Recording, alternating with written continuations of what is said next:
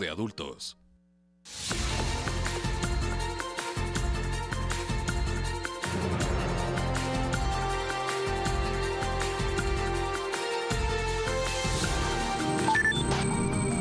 Síganos en nuestras redes sociales. En Twitter, @telediarios. En Facebook, Telediario S.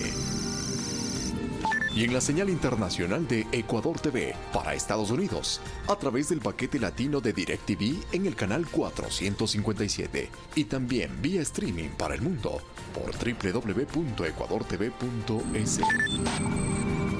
Amigos, ¿cómo están? Muy buenas tardes, bienvenidos y bienvenidas a Telediario. Vamos a repasar de inmediato los hechos más destacados de esta jornada. Fabricio, buenas tardes. Buenas tardes, Sofía, amigos televidentes, gracias por estar en compañía de nosotros.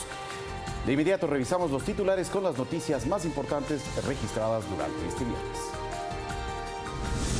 Nuevos modelos de negocios inclusivos dirigidos al sector de la economía popular y solidaria presentó el jefe de Estado Lenín Moreno en Guayaquil. 15 millones de dólares serán destinados para esta iniciativa. Finalizó la audiencia de juzgamiento en el caso del secuestro del activista político Fernando Balda. La Fiscalía destacó el acuerdo con la defensa de los exagentes Chicaiza y Falcón para cumplir con una pena de 12 meses como parte de la cooperación eficaz. Rosa Verde Soto será quien reemplace como legisladora a la exasambleísta de la bancada de Creo, Ana Galarza. En las noticias del mundo, tragedia en Brasil. Al menos 10 muertos tras un incendio en el centro de entrenamiento del Club Flamengo.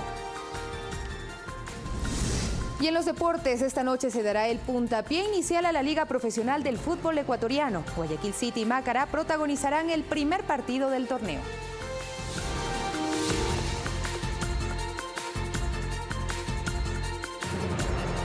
Tras la destitución de Ana Galarza como legisladora, será Rosa Verde Soto quien asuma sus funciones. En la Asamblea Nacional no se descartan nuevos procesos de depuración en contra de otros asambleístas sobre quienes pesan denuncias. La Asamblea cierra una semana polémica. Lo hace con la destitución de Ana Galarza de la bancada de Creo, quien con su salida corre el riesgo de perder un escaño, pues su reemplazo, Rosa Verde Soto, actuaría a nombre del movimiento Juntos Podemos. Este proceso por parte de mi colega ha sido muy mal manejado. Y me parece que hay que asumir también las responsabilidades. El ambiente sin duda no es el mejor en el Parlamento y eso es algo que lo reconocen los propios legisladores. Si el asambleísta tiene información, debe ir a la Fiscalía a presentar la denuncia. Ese es el camino adecuado, ese es el debido proceso. Si aquí hay información de cosas irregulares, de corrupción en la Asamblea Nacional, hay que ir a la Fiscalía General del Estado a presentar la denuncia y presentar las pruebas.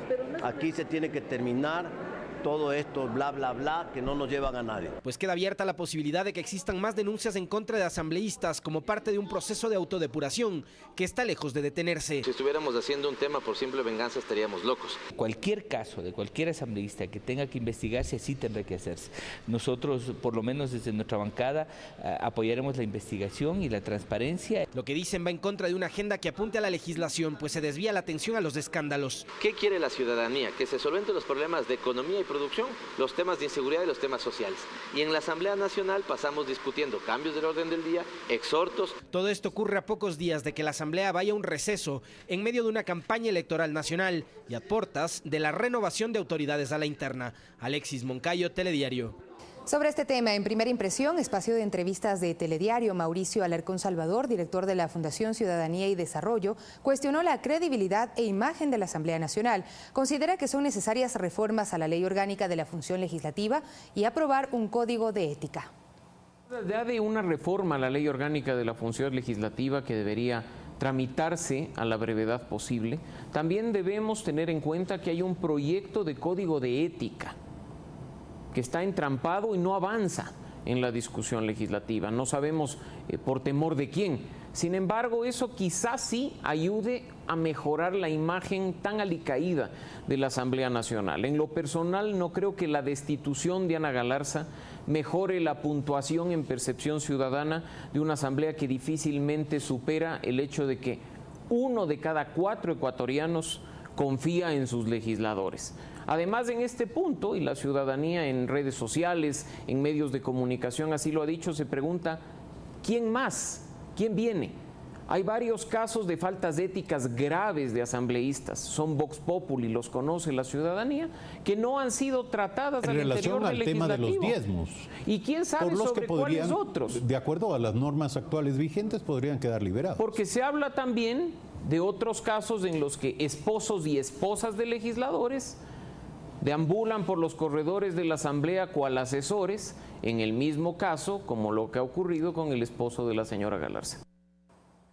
Y este viernes finalizó el juicio por el secuestro de Fernando Balda, ocurrido hace 7 años en Colombia. El Tribunal Penal mantiene una reunión reservada con las partes procesales para analizar la cooperación eficaz de los dos implicados. Olga Velasco nos tiene un informe sobre el caso. Buenas tardes. El Tribunal Penal, presidido por el juez Miguel Jurado, analiza la cooperación eficaz efectuada por los dos procesados en el secuestro de Fernando Balda en Colombia en 2012. En esta reunión, que se efectúa de forma reservada, participan los magistrados y las partes procesales. Ahí se analizarán y abordarán varios puntos. Escuchemos la explicación que nos han dado los abogados sobre esta cita. Lo que se va a discutir es efectivamente el quantum de la pena que solicita Fiscalía, ¿no? Obviamente el tribunal deberá valorar, ponderar la prueba y establecer entonces si es que están o no de acuerdo con Fiscalía. En principio si es que hubo o no cooperación eficaz y luego en el quantum de la pena. El cumplimiento de las condiciones del acuerdo. Ellos han cumplido en su integridad como tal. Se ofreció en el acuerdo probar que un secretario nacional de inteligencia y un expresidente de la República participaron en el evento. Esta reunión se efectúa luego de que finalizó la audiencia de juzgamiento en el 5º día. En los alegatos finales, la fiscal general encargada Ruth Palacios ratificó la acusación en calidad de autores del delito de plagio de los dos procesados y explicó que existe un acuerdo firmado de cooperación eficaz el 7 de mayo de 2018 con una pena de 12 meses, a la que accederán de considerarse eficaz la información proporcionada por los investigados. Escuchemos las reacciones de sus abogados. El fiscal dijo 189 numeral 4 y atiéndase al 161 del Código Orgánico Integral Penal. Eso es lo que dijo expresamente. En el 161, por principio de favorabilidad, tenemos una pena de 5 a 7 años. Coges los 5 años, se transforman en 60 meses, el 10% son 6 meses, el 20% son 12 meses. Y tenemos ahí el cálculo. Además, la fiscal solicitó que se emitan unas disculpas públicas y una reparación integral para la víctima. Según la acusación particular, de forma simbólica se solicitó $1.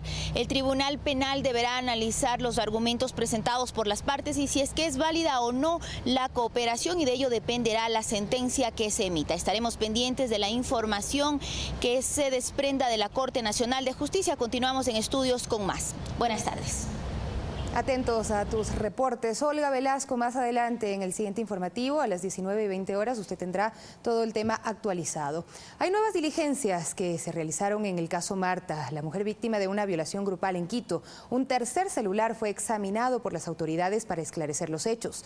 La defensa de los 3 detenidos insiste en la vinculación de una cuarta persona en las investigaciones. Un tercer celular fue encontrado en el bar-restaurante donde ocurrió el ataque sexual a Marta el pasado 13 de enero, en el norte de Quito. Es uno encontrado en una mochila que aparentemente tenía el señor Moreno. Son 2 iPhone y un S8. Y el Samsung y el iPhone ya fueron sometidos a pericia. Hoy día es un nuevo iPhone. La audiencia fue de carácter reservado. El objetivo, determinar quién era el dueño del equipo móvil y extraer el contenido para buscar pistas que esclarezcan los hechos y el grado de responsabilidad. Se estableció y se visualizó algunas fotografías, algunos videos que serán motivo del análisis de parte de los peritos, ¿sí? Participaron en la diligencia Juan Andrés M., John Alexander P. y Dani Paul P., investigados por el delito de violación con agravantes. Llegaron desde el Centro de Detención Provisional de Latacunga. Uno de ellos habría proporcionado las claves para ingresar al celular. A Dani Ponce pertenece ese teléfono. Lo que aparece aquí es que están en baile, que están felices, que están abrazados, todo es sonrisa. 2 horas duró la diligencia que se realizó en las instalaciones de criminalística en Quito. La defensa de los procesados insiste en la vinculación de una cuarta persona en la investigación. Le coge, le hace tomar a fuerza, premeditadamente, así, para abusar luego cuando usted puede en estado de Inconsciencia presuntamente, sí, Javier Espinosa. El abogado de los hermanos Ponce pidió una revisión del correo electrónico de Dani Paul.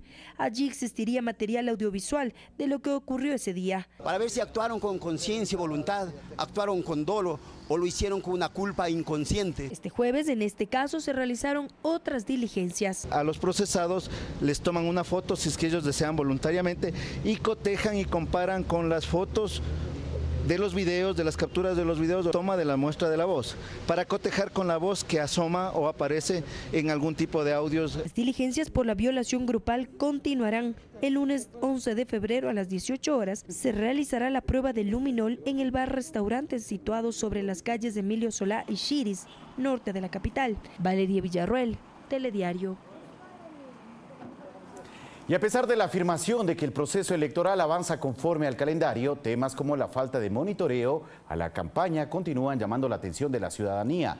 Así lo considera el ex titular de la función electoral, Jorge Acosta. Fue durante el recorrido por el Instituto Geográfico Militar, lugar donde se imprimen las papeletas del proceso electoral del próximo 24 de marzo, en donde la presidenta del Consejo Nacional, Diana Tamaín, solicitó no se ponga en duda el trabajo que viene realizando el organismo. No hay que alarmar innecesariamente al país cuando sabemos que estamos en un proceso y en un trabajo en el que todavía hay cosas por hacer, por cumplir. Los cuestionamientos se han producido por temas como la falta de monitoreo a una campaña que esté en marcha, así como que aún no se ha definido quiénes integrarán la misión de observación internacional. Estamos cumpliendo con el cronograma, estamos haciendo todos los ajustes que sean necesarios en el camino. Aspectos que para el expresidente del extinto Tribunal Supremo Electoral, Jorge Acosta, demuestran que lo que menos se está cumpliendo es con el calendario de elecciones, pues son cosas que no pueden ser resueltas sobre la marcha. Yo creería que no avanza como está establecido en el calendario electoral. Más bien creería de que se están yendo por encima del calendario electoral. A Acosta también le llama la atención, por ejemplo, el avance en la impresión de papeletas, no por el trabajo del IGM, sino porque todavía quedan recursos por resolver para que la lista de candidatos quede en firme. ¿Y qué es lo que sucede si es que la justicia electoral o la misma administración electoral les da la razón a los impugnantes y tienen que ingresarles al listado de participantes? Se enviará al Instituto Geográfico Militar si es que hubiera alguno de las apelaciones haya pasado. Entonces seguimos en el proceso sin que esto cause retrasos. El contrato para la impresión de papeletas supera los $9 millones y por ahora cuenta con un avance del 57%. Alex Llanos, Telediario. Y el próximo 24 de marzo, 3 parroquias del Cantón Girón de la provincia de La Suay decidirán si quieren que se realicen actividades mineras en páramos y fuentes de agua de la zona. Una petición de medidas cautelares buscaría que no se lleve a cabo el proceso. Con preocupación mira la Cámara Nacional de Minería la decisión del Consejo Nacional Electoral de realizar una consulta popular en 3 parroquias del Cantón Girón. Más de 15.300 electores decidirán si están de acuerdo o no de que se realicen actividades mineras en los páramos y fuentes de agua del sistema hidrológico de Quimsacocha. El Consejo Nacional Electoral, de una manera ilegítima, en una violación de procedimiento evidente, pretende de alguna manera querer notar que intereses particulares deben estar sobre intereses nacionales. La generación de regalías, la generación de empleo, la generación finalmente de impuestos es un tema que nos compete a todos, pero sobre todo le compete al gobierno central. En temas de competencia del gobierno central no es posible realizar consultas populares. Proceso que, según el titular de la Cámara, Santiago Yepes, va en contra de la Constitución, pues no habría un fallo de la Corte Constitucional. La pregunta que se va a plantear dentro de la consulta popular que se va a realizar es una de las 14 preguntas que se han presentado y que están pendientes de resolución por la Corte Constitucional. La Unión de Sistemas Comunitarios de Agua de Girón pidieron la consulta popular en julio de 2015. En 3 años los magistrados no se pronunciaron sobre el caso. El proyecto Loma Larga o Quimsacocha está en fase de exploración. Está operado por la empresa canadiense INV Minerals. El potencial estimado de la mina es de 1.6 millones de onzas de oro, 10.5 millones de onzas de plata y 73.6 millones de libras de cobre. No es solamente el Cantón Girón el que se encuentra dentro del área de influencia de este proyecto, del proyecto Loma Larga. Existen 3 comunidades, Victoria del Portete, Chumblín y San Gerardo. De hecho, las comunidades que no han sido incluidas dentro de esta petición de consulta popular conjuntamente con el Estado, la Procuraduría General del Estado el día de ayer, el Ministerio, han indicado y se han quejado de que por qué no han sido invitadas. Según Yepes, el Ministerio de Minería y Recursos Naturales No Renovables presentó medidas cautelares para que no se realice el plebiscito, que se llevará a cabo de forma simultánea con las elecciones seccionales. El CNE señaló que la campaña electoral para este proceso se efectuará entre el 10 de febrero y 21 de marzo. Valeria Villarroel, Telediario. Y el presidente de la República, Lenín Moreno, presenta en Guayaquil 2 líneas de crédito para apoyar proyectos productivos de jóvenes y actores de la economía popular y solidaria. Así es, nuestro compañero Luis Alfredo Zúñiga sigue de cerca la agenda del primer mandatario en el puerto principal. Nos tiene un informe. Luis Alfredo, pues muchísimo gusto conversar contigo en este momento. Cuéntanos, está dando a conocer el presidente Lenín Moreno en este preciso momento estos créditos. A los demás. Álvaro Einstein, que ustedes lo conocen bien, decía... Muy buenas tardes, Sofía y Fabricio, por supuesto, a todos quienes siguen Telediario a esta hora. Efectivamente, me encuentro en el Instituto Tecnológico Bolivariano de Guayaquil. Como bien lo han indicado, hemos seguido de cerca la agenda que cumple el primer mandatario en el puerto principal, donde ha realizado la entrega de 2 créditos. En estos momentos nos encontramos, como lo he mencionado, en el Instituto Tecnológico Bolivariano, donde el presidente se está dirigiendo a decenas de jóvenes en este momento. Así que vamos a escuchar las palabras del primer mandatario a esta hora. Como lo indicábamos, el presidente Lenín Moreno se encuentra en el Instituto Tecnológico Bolivariano de Guayaquil, donde realiza la entrega de créditos. Escuchemos al primer mandatario. Empresas del mañana, jóvenes emprendedores, nunca piensen en cómo se van a servir de los demás. Nunca piensen en las utilidades que les van a servir. Únicamente piensen en cómo servir a los demás. Ese es el principio de la innovación. ¿Cómo puedo servir a los demás? ¿Cómo mi producto, cómo mi servicio va a ayudar a los demás? Ese momento vas a entrar en un espacio especial. Vas a atravesar una especie de frontera de sucesos en el cual te olvidas de la localidad, te olvidas dónde estás, te olvidas de la temporalidad, te olvidas del tiempo. Ya el tiempo y el espacio no cuentan. Ese espacio virtual es en el que se genera la idea nueva, pero no existe la posibilidad de acceder a ese sitio si es que no te has preparado. Si no te has preparado. Alguien me decía que hay personas que son capaces de hacer negocio hasta de las piedras. Miren ustedes que este momento acabo de venir de un grupo de gente que está haciendo negocio de la basura. Sí, del aire, del agua. ¿Quién hubiera creído en este momento? Hay un señor, ¿cuál es el del agua? El que esté pasando el agua. Tú eres el que estás pasando el agua, ¿no es cierto? Yo recuerdo que cuando era niño, la gente decía, algún día nos van a cobrar hasta el agua. ¿Se volvió realidad? Algún momento a lo mejor nos cobran el aire. Puede ser cierto. Ya no digamos nada, no. Es por eso que Albert Einstein decía, óiganlo bien. Bien, escuchamos las palabras del primer mandatario que a esta hora se dirige a decenas de estudiantes universitarios, decenas de jóvenes a quienes se les está presentando a esta hora de la tarde un nuevo crédito, una nueva línea de crédito enmarcada en el Impulso Joven. También les indicamos, para que ser un poco más específicos con nuestros televidentes, estos créditos serán de hasta $15.000 con una tasa de interés del 11%. Esto para el crédito productivo y 15% para servicios, según lo ha indicado el presidente Lenín Moreno, el más bajo del mercado. Sin embargo, como le indicábamos al inicio de esta transmisión, el presidente hizo la entrega de 2 líneas de crédito. Más temprano se reunió en el Teatro Frenador, también en el norte de la ciudad, con palmicultores y recicladores, para también entregarles una línea de crédito. Escuchemos las palabras del primer mandatario en horas de la mañana. Es decir, el nuevo modelo de negocios de Ban Ecuador, que beneficiará a miles y miles de trabajadores y pequeños emprendedores. Con esta iniciativa ayudaremos a que salgan de la pobreza. No olvidemos nosotros, no tengan temor a emprender, no tengan temor a emprender. cada uno tiene una buena idea en la cabeza. ¿Quién mejor que ustedes saben producir palma? ¿Y quién mejor que ustedes saben reciclar? ¡Qué hermosa tarea cumplen! ¿Quién mejor que ustedes saben? Y saben cómo podrán mejorar el negocio. Saben cómo podrán hacerlo mejor. Entregar a la empresa, sí. A la procesadora, sí. En las mejores condiciones para que la procesadora pueda pagarles mejor y pueda procesar de mejor manera los productos que ustedes le dan.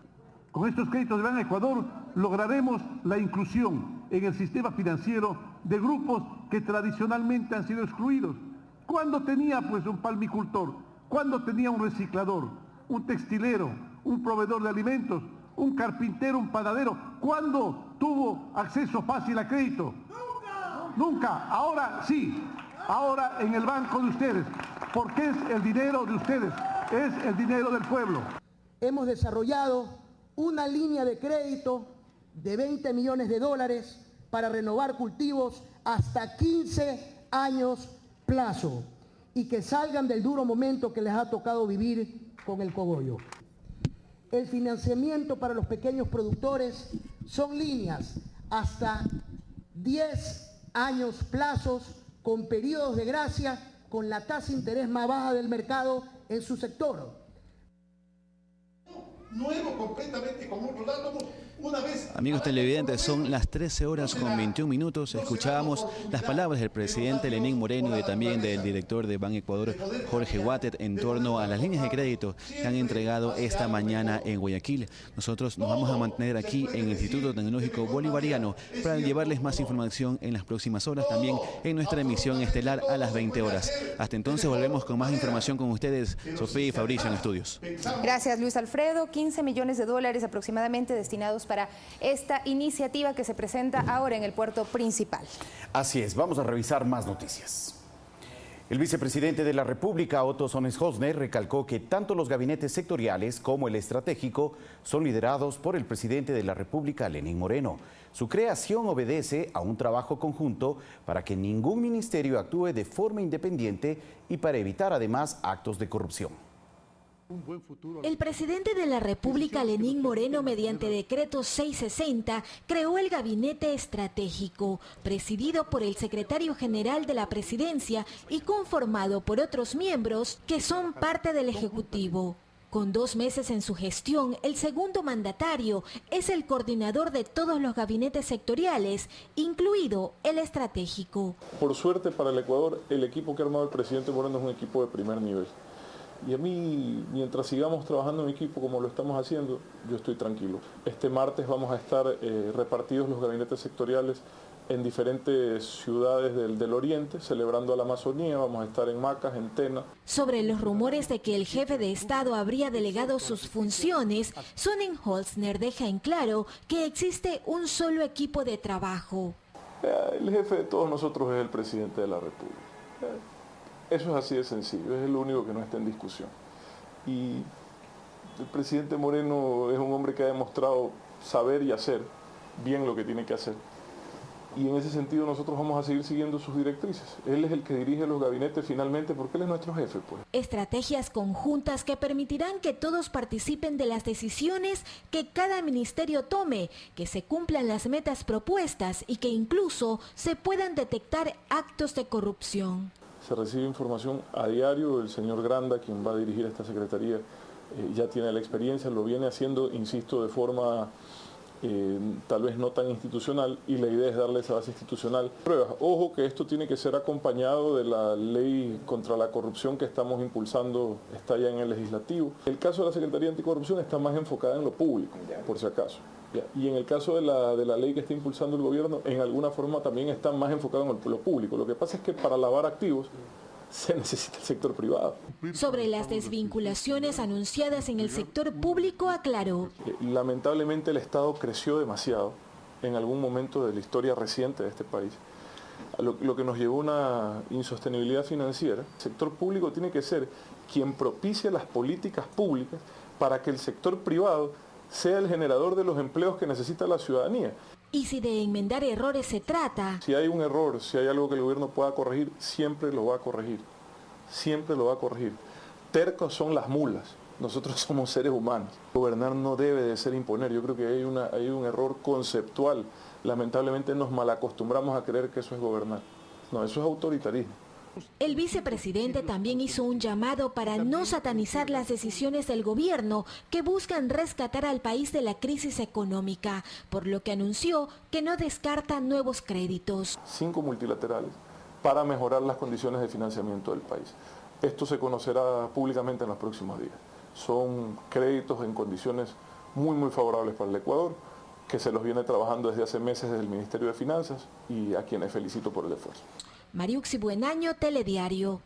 Y el atún ecuatoriano ingresa al mercado cubano después de 4 años de ausencia. La empresa Salica se consolida en el mercado internacional, superando su volumen de exportaciones en Cuba. Salica, en una conexión directa con la antena comercial que mantiene ProEcuador en La Habana, logró la renovación de la habilitación sanitaria, permitiendo el ingreso de 21 contenedores de atún en lata durante el primer cuatrimestre de 2019. Vamos a tener los 21 contenedores que se hizo en todo el año pasado. Es decir, que vamos a tener 63 contenedores que van a ir a lo largo de este año 2019. Nosotros vamos a terminar más o menos en 1.700 millones de dólares, lo cual equivale a un crecimiento en un 7.3%. La certificación de los productos es una de las piezas claves para que puedan entrar al mercado, por lo que el atún se suma a una lista de productos que ya se exportan a Cuba. Tenemos aceite de palma, que es otro de los productos que exportamos. También tenemos derivados o semi-elaborados de cacao. También tenemos jabón en barras y también tenemos lo que es línea blanca.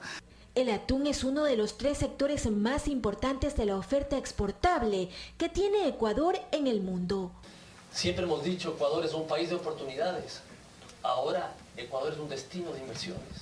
Estrategias que forman parte del plan que mantiene el Ministerio de Producción, Comercio Exterior, Inversiones y Pesca, con sus 31 oficinas y 5 antenas comerciales en el exterior. Que la inversión del Estado ecuatoriano está otorgada a través de la Ley de Fomento Productivo 1. Ahora ya estamos trabajando en la 2 y lo presentaremos en el mes de febrero a la Asamblea Nacional. La fusión de los 3 ministerios significará un ahorro de 10 millones de dólares al Estado en 2019 y potenciará al país en el comercio mundial con el desarrollo productivo y la atracción de inversiones. Mariuxi Buenaño, Telediario. 6 organizaciones de venezolanos en nuestro país felicitaron el reconocimiento que hizo la Cancillería de Ecuador al señor René de Solá, designado por el presidente interino Juan Guaidó como embajador de Venezuela en nuestra nación. Luego de que la Cancillería ecuatoriana diera a conocer el reconocimiento formal a René de Solá Quintero, embajador que el autoproclamado presidente interino de Venezuela, Juan Guaidó, designó para Ecuador, la comunidad venezolana, a través de 6 organizaciones civiles en nuestro país, expresó su agradecimiento y aseguró que le brindarán apoyo a través de las actividades que llevan a cabo en favor de sus compatriotas. Vamos a tener una representación digna del actual gobierno que está en este momento haciendo una transición democrática en nuestro país. De Solá Quintero es abogado y reside en el país desde hace 14 años. Se graduó en la Universidad Católica Andrés Bello de Venezuela, cuyo título fue reconocido por la Universidad de las Américas. A través de su cuenta de Twitter dio a conocer el beneplácito de Ecuador y manifestó que asume con responsabilidad este nombramiento. La catedrática del IAEN, Carol López, considera que el diplomático tendrá campo de acción en el marco de la política de acopio y traslado de ayuda humanitaria solicitado por Guaidó.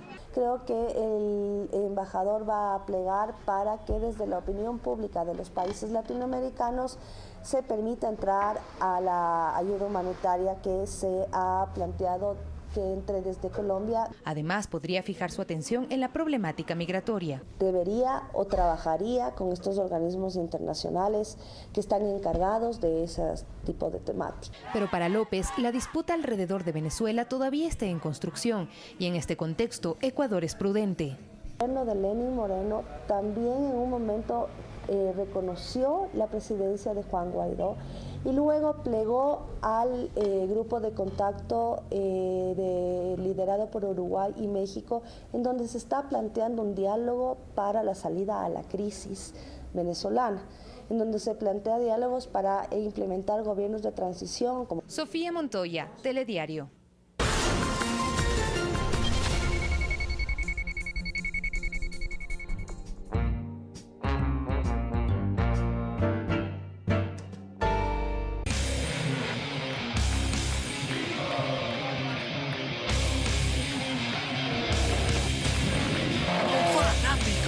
Como tú. Comparte la emoción. 24 de marzo elegimos consejeras y consejeros del Consejo de Participación Ciudadana y Control Social. ¿Cuál es su trayectoria? Fui constituyente y advertí la situación actual. Presidente del Parlamento Andino, galardonado con la Gran Cruz de Integración y condecoración Marieta de Veintimilla de Quito. ¿Cuál es su propuesta? Soy Fausto Lupera. Quiero seguridad. Quiero rendición de cuentas, quiero mi país sin corrupción. Soy Fausto Lupera, cuento contigo. Si Fausto Lupera es tu voz, vota por él este 24 de marzo y hazte escuchar. Imprimimos nuestra identidad en cada cosa que hacemos. Plasmamos de colores las calles para festejar el resurgimiento de nuestro pueblo. Así somos los ambateños, de corazón alegre y de brazos abiertos. 68ª edición de la Fiesta de la Fruta y de las Flores. Del 1 al 5 de marzo del 2019. ¡Viva Ambato! Autorización número 0180. CNE. Elecciones seccionales 2019. Este 24 de marzo, elegiremos por primera vez en las urnas a los consejeros y consejeras del Consejo de Participación Ciudadana y Control Social. ¿Qué es el Consejo de Participación Ciudadana y Control Social? Es una entidad autónoma que lidera la función de transparencia y control social del Ecuador. Elegiremos hasta 7 candidatas y candidatos, 3 de la lista de mujeres, 3 de la lista de hombres y una mujer o un hombre de la lista de pueblos y nacionalidades indígenas, afroecuatorianos o montubios y ecuatorianos residentes en el exterior. Elecciones 2019, confianza y participación en democracia. 24 de marzo elegimos consejeras y consejeros del Consejo de Participación Ciudadana y Control Social. ¿Cuál es su trayectoria? Como tú, yo también empecé desde abajo. Ahora soy abogado y dirigente comprometido contra los abusos del poder. ¿Cuál es su propuesta? Promover iniciativas ciudadanas, proteger el trabajo autónomo, no al decomiso de las herramientas de trabajo. Tu participación es la solución.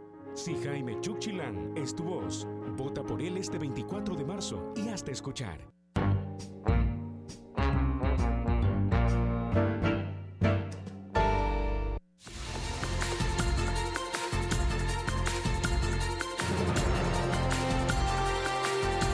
Les contamos que según un informe del Observatorio Social del Ecuador, el suicidio es la primera causa de muerte violenta en los adolescentes.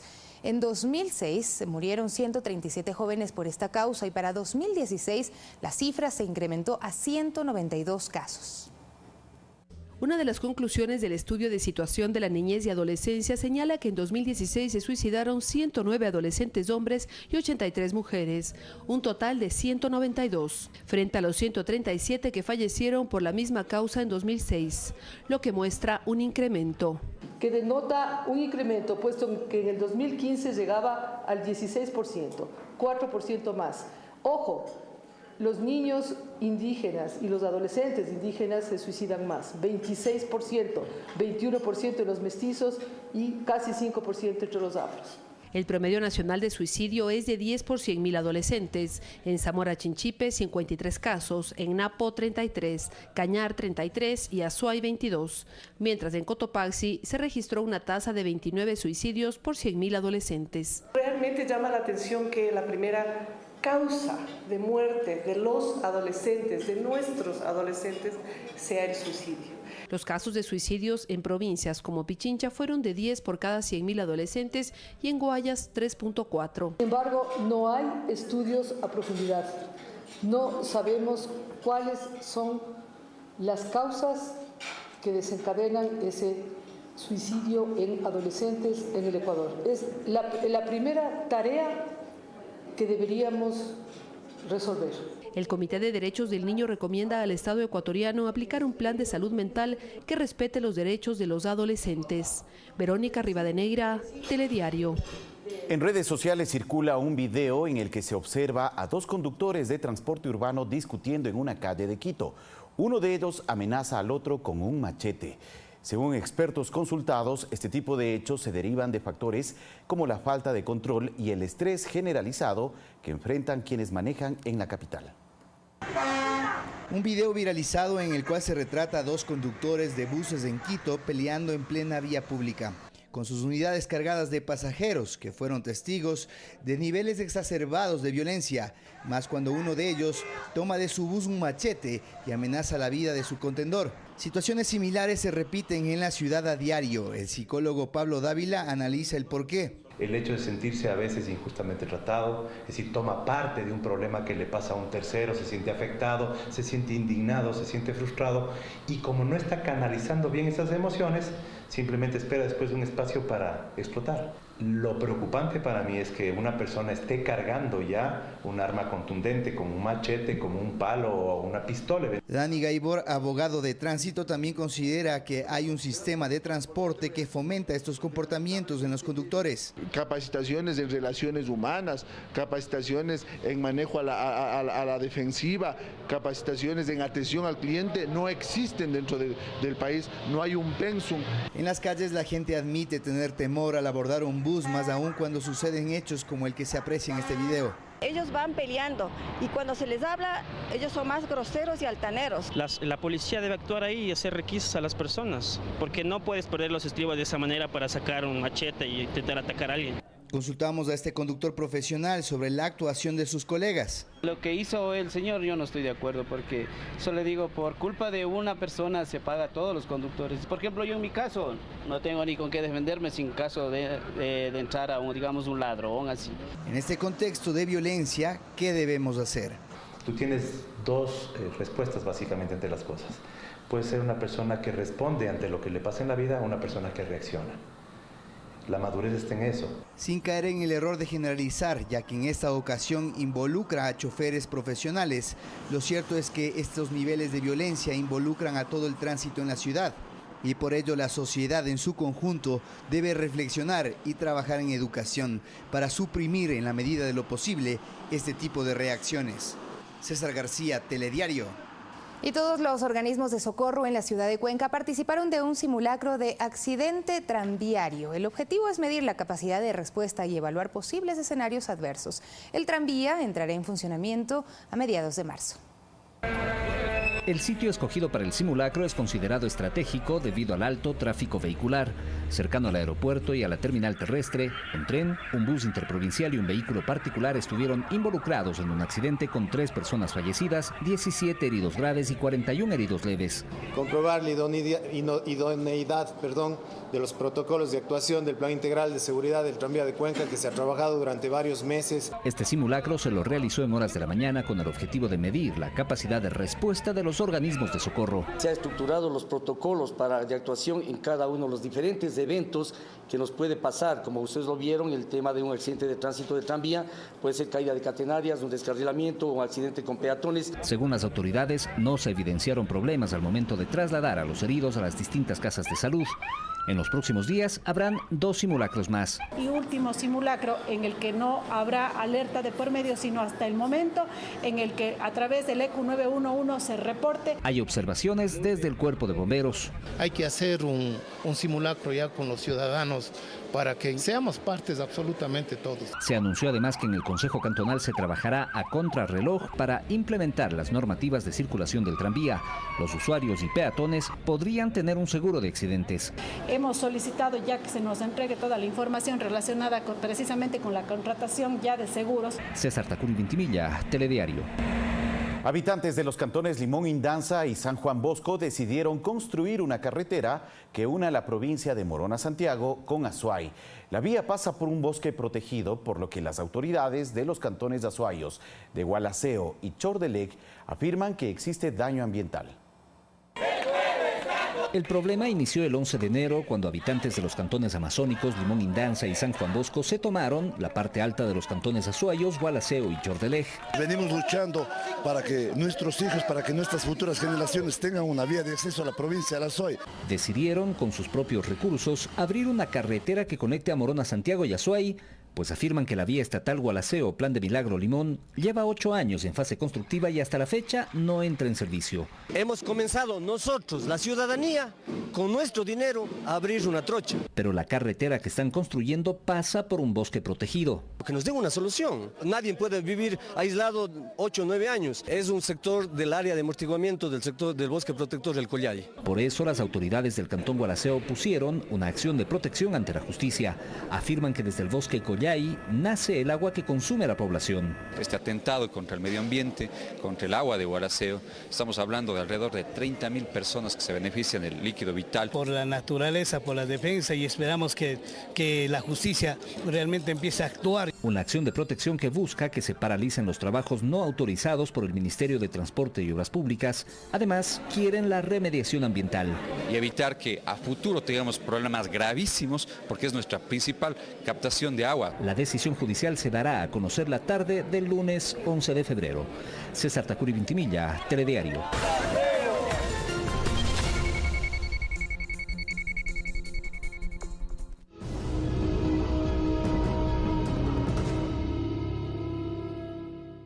Este 24 de marzo elegimos consejeras y consejeros del Consejo de Participación Ciudadana y Control Social. ¿Cuál es su trayectoria?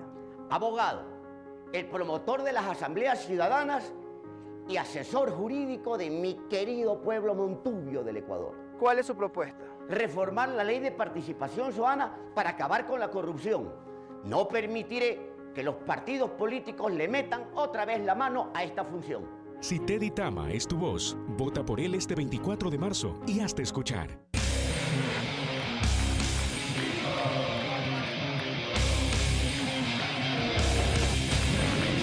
Fanático como tú.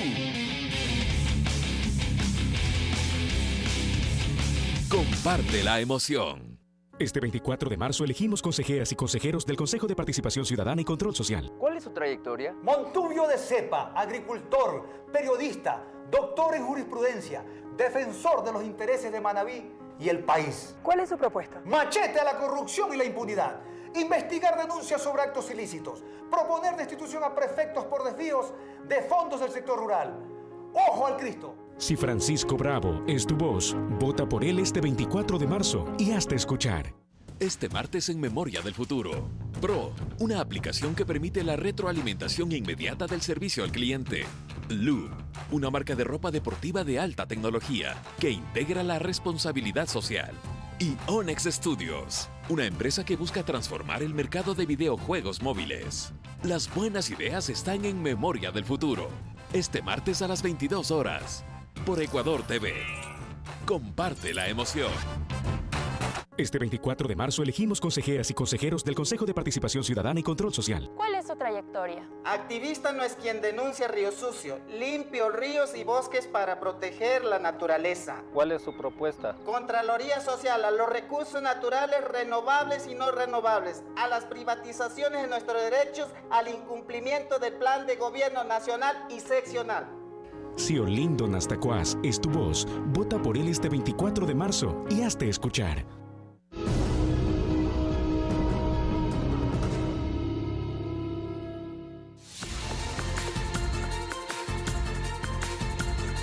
El primer cargamento de ayuda humanitaria internacional para paliar la crisis que vive Venezuela llegó a la ciudad colombiana de Cúcuta. Así lo informó la Embajada de Estados Unidos en Bogotá, mientras que el presidente de Venezuela, Nicolás Maduro, aseguró que impedirá el show de la ayuda humanitaria.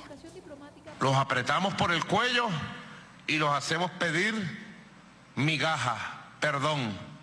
Les robamos el dinero y después les ofrecemos papel toalé, como le lanzó Donald Trump al pueblo de Puerto Rico. Papel toalé le fue a llevar al pueblo de Puerto Rico. Y lo abandonaron. Toda esa ayuda humanitaria, agárrenla y se la dan al pueblo de Cúcuta, que tiene bastante necesidad. 70% de pobreza ahí en el norte de Santander, ahí en Cúcuta. El mal tiempo en varios países del mundo deja fallecidos y daños materiales. En Chile, las intensas lluvias afectan algunas regiones, mientras que en Brasil y Perú, las precipitaciones han desbordado ríos. En Chile, las lluvias que han causado 6 muertes y daños en el norte del país se extenderán al menos hasta el próximo domingo. La minera estatal Codelco, la mayor productora de cobre del mundo, debió cerrar 2 minas en la región de Antofagasta debido a los daños causados por las precipitaciones. Oh, qué pena, qué pena. El presidente Sebastián Piñera suspendió sus vacaciones para viajar a las zonas afectadas.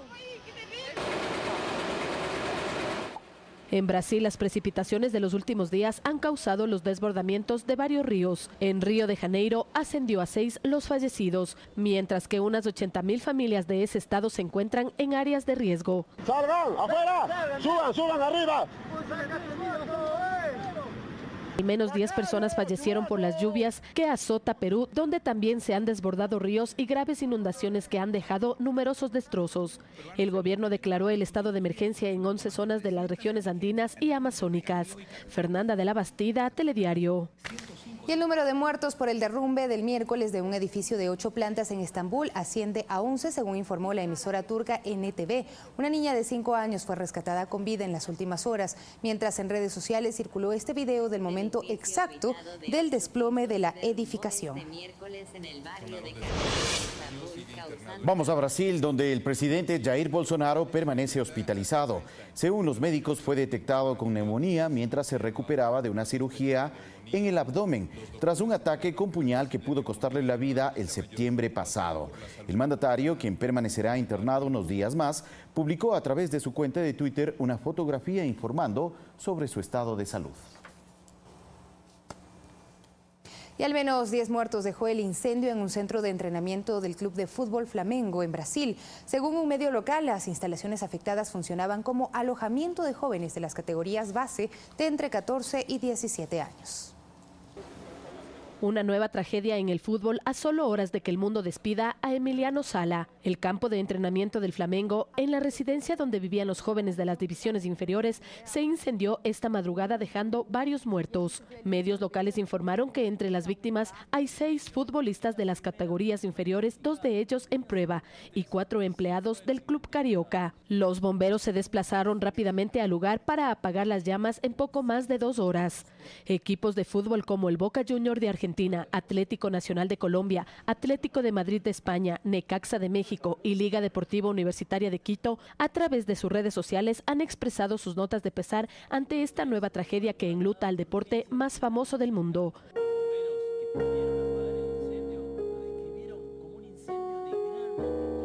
Fernanda de la Bastida, Telediario.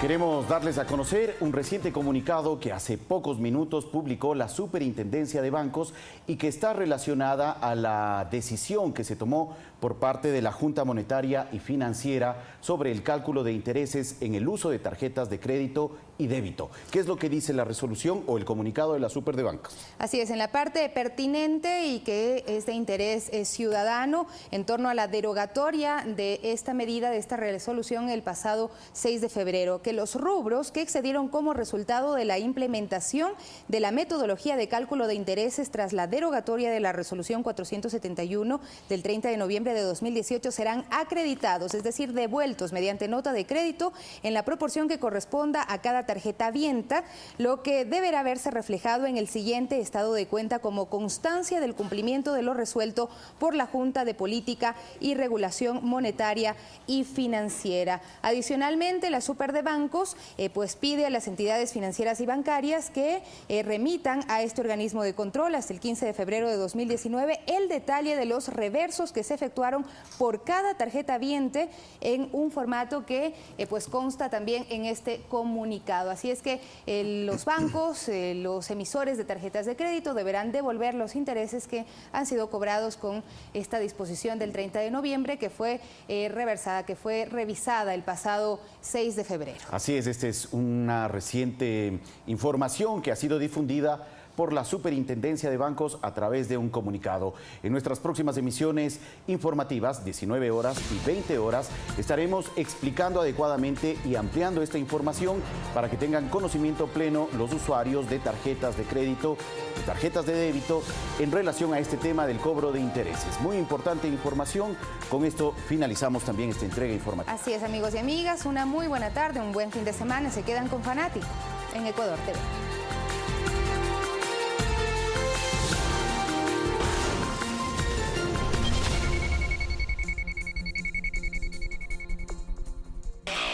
Ecuador TV presenta